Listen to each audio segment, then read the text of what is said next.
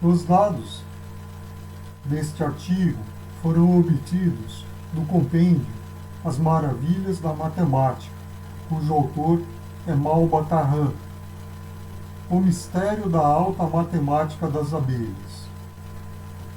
Com uma única finalidade, a abelha constrói os seus curiosos alvéolos. É para neles depositar o mel que fabrica.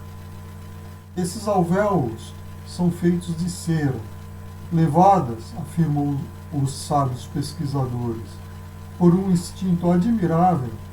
As abelhas procuram obter para seus alvéolos uma forma que seja a mais econômica, isto é, que apresente maior volume ou maior capacidade para a menor porção de material empregado.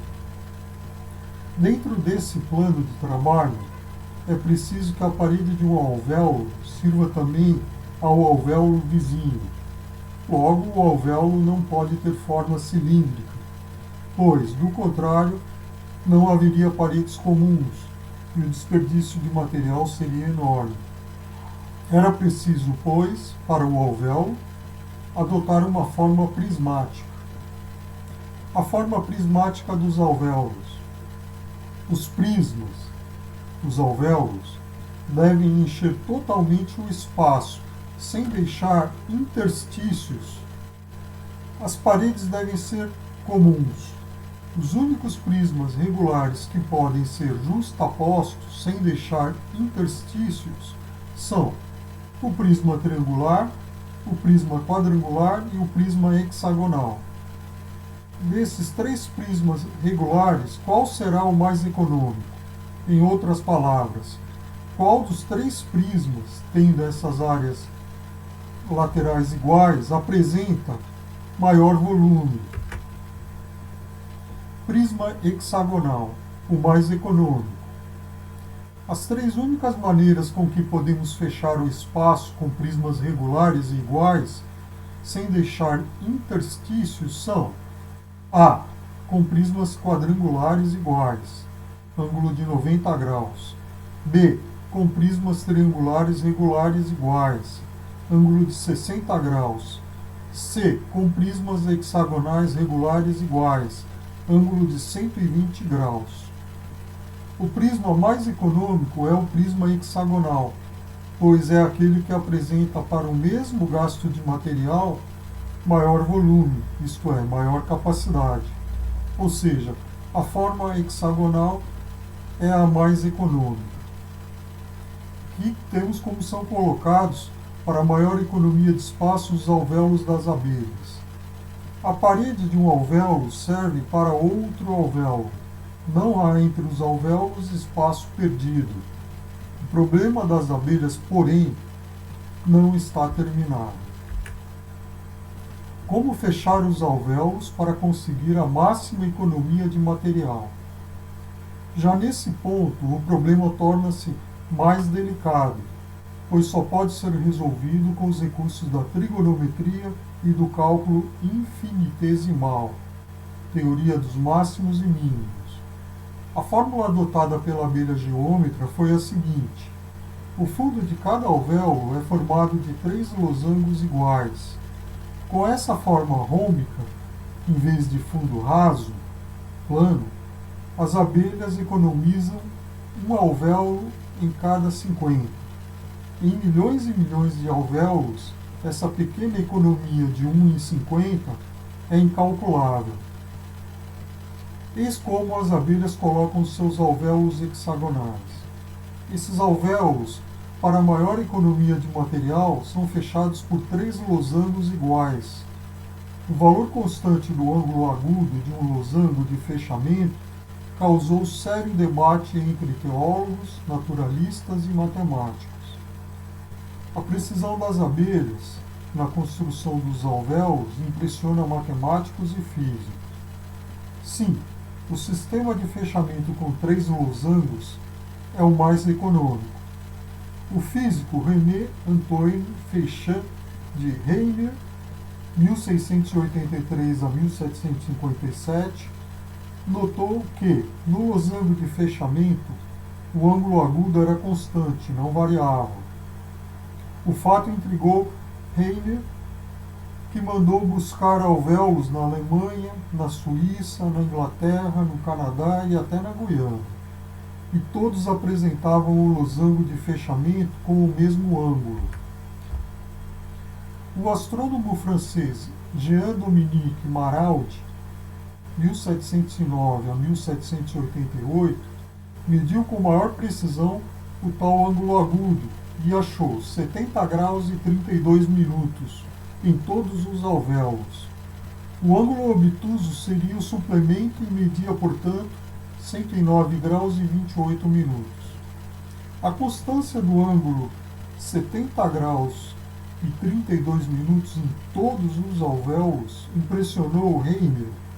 Algum motivo tinha a abelha para adotar aquele ângulo em todos os alvéolos. Seria ainda a latejar no instinto do animal a questão da economia de material? E aquele ângulo seria o ângulo certo para o caso? Resolveu Reimer consultar o seu amigo e notável matemático Samuel Koenig, 1712 a 1757, alemão de nascimento, mas radicado na França. O problema foi proposto ao eminente algebrista nos seguintes termos: é dado um prisma hexagonal regular. Esse prisma é fechado em uma de suas extremidades por 3 losangos iguais. Perguntas: qual deve ser o ângulo desse losango, de modo que se obtenha para o prisma um volume máximo com a maior economia de material? Convém dizer a verdade. Koenig desconhecia as pesquisas feitas por seu amigo Reimer e ignorava os trabalhos de Maraldi. Koenig jamais pensara que estaria destinado a calcular alvéolo de abelha. É claro que Koenig, o maior matemático alemão de seu tempo, rival do cérebro Malpertius, resolveu o problema do ângulo U do losango e achou U igual a 70 graus e 34 minutos. E concluiu: é esse o ângulo que deverá ser adotado para o prisma mais econômico. O resultado apresentado pelo prestigioso matemático assombrou o mundo científico da França. Ângulo calculado pelo matemático, 70 graus e 34 minutos. Ângulo calculado pelas abelhas, 70 graus e 32 minutos. As abelhas erravam, mas o erro é mínimo, diziam alguns teólogos. Erravam na construção de seus alvéolos, porque a obra perfeita só Deus poderia fazer. Sim, o erro no ângulo de 2 minutos só pode ser apreciado com aparelhos de precisão. Alguns naturalistas, não matemáticos, entraram nos debates. O fato, diziam os naturalistas, é que as abelhas, apontadas como geniais, erram, e o esclarecido Koenig, com seus cálculos, descobriu o erro das geômetras irracionais. As abelhas é que estavam certas. Houve, porém, um fato impressionante que modificou inteiramente a face do problema das abelhas. Um matemático inglês, Colin Maclaurin, 1698 a 1746, 4 anos mais velho que Koenig, informado do caso, resolveu entrar também na questão, isto é, abordar o problema das abelhas. Retomou o problema, aplicou as fórmulas e resolveu com os recursos do cálculo diferencial. E achou que Koenig havia errado. O ângulo do losango para o alvéolo mais econômico deveria medir precisamente 70 graus e 32 minutos. Era esse o ângulo que as abelhas adotavam. A revelação de Maclaurin, publicada e traduzida, causou um novo escândalo no meio científico europeu. Novos debates surgiram entre os cientistas. Koenig, o respeitável matemático, nome consagrado pela Academia de Ciências, havia errado. A verdade estava com as abelhas. Procedeu, porém, Maclaurin dentro de uma ética impecável. Declarou que seu colega Koenig errara por ter utilizado em seus cálculos uma tábua de logaritmos que tinha um erro. revelou McLaurin qual era essa tábua e onde estava o erro, do qual resultara para o ângulo do losango uma pequena diferença de 2 minutos. Na construção dos alvéolos, as abelhas resolvem um problema de alta matemática. Depois da revelação de McLaurin, reacenderam-se com maior violência os debates em torno do caso. A ciência vinha provar que as abelhas resolviam, na construção de seus alvéolos, um problema de alta matemática.